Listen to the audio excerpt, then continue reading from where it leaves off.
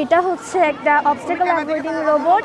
এটা একটা automatic robot যা তার 100 সেন্টিমিটার রেডিয়াসে যে কোনো অবস্টাকল নিজেই সেন্স করবে এবং নিজেই তার গতিপথ এবং রাস্তা পরিবর্তন করে তাকে অ্যাভয়েড করবে। এটা হচ্ছে carbon purification model for factory থেকে যে ধোঁয়াটা নির্গত হয়, এই ধোঁয়াটা সাধারণত আমাদের পরিবেশের জন্য ক্ষতিকর হয়ে থাকে। তাই এই ধোঁয়াটাকে আমাদের পরিষ্কার করা প্রয়োজন। কারখানাগুলো, আমাদের প্রতিটা দেশে প্রচুর পরিমাণ কারখানা থাকে, কারণ এগুলো আমাদের দেশকে উন্নয়নে সাহায্য করে। আর এগুলো থেকে নির্গত ধোঁয়া সাধারণত অ্যাসিড রেইন, গ্লোবাল ওয়ার্মিং আরও ভয়াবহ সমস্যার কারণ হতে পারে। সো এইটাকে আমাদের ক্লিন করা খুবই প্রয়োজন। তো এটার জন্য আমরা এই প্রসেসটা তৈরি করছি।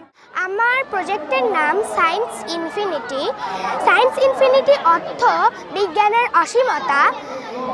এখানে নিউটনের তৃতীয় সূত্র প্রয়োগ হয়েছে।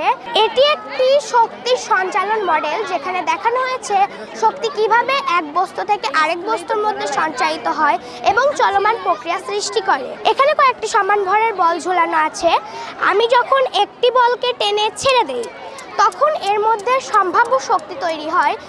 বলটি যখন নিচে এসে আঘাত করে, সেই শক্তি এক বল থেকে আরেক বলে সঞ্চারিত হয়। কিন্তু মাঝের বলগুলো বেশি নড়ে না, কারণ শক্তি শেষ বল পর্যন্ত চলে যায়। এ কারণেই শেষের বলটি বাহিরে গিয়ে নড়ে। আমি এই প্রজেক্টের নাম সায়েন্স ইনফিনিটি দিয়েছি, কারণ এখানে শক্তির প্রবাহ চলতে থাকে একের পর এক। এই জিনিসটি মূলত জুলাইয়ের গণ অভ্যুত্থানকে স্মরণ করে বানানো হয়েছে।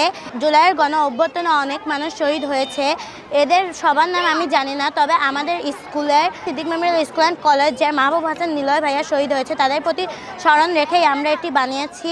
এটি যদি আসলভাবে বানানো হয়, তাহলে এটির সাহায্যে আমরা মহাকাশে যেতে পারি।